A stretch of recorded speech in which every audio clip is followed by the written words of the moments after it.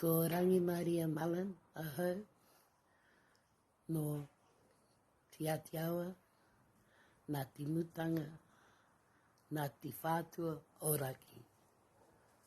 O kutupuna I mihi ana ki a koutou, no reira, tēnā koutou.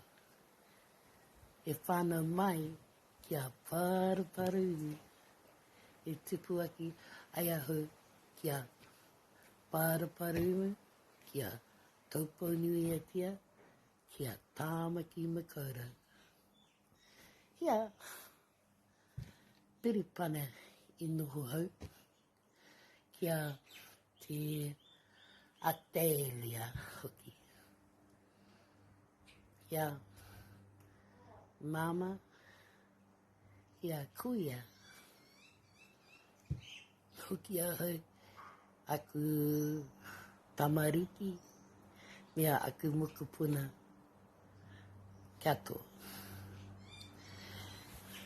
Ko te mea tino pai ki ahau, ko te whānau, ko te mokupuna, ko te papatakurua, ko te reo. Little bit about myself. 55. Time to learn my language. Time for me. I'm not learning it because of the mokos and this. I want to learn it because of me. My heart cries out for it. So, kōrero mai.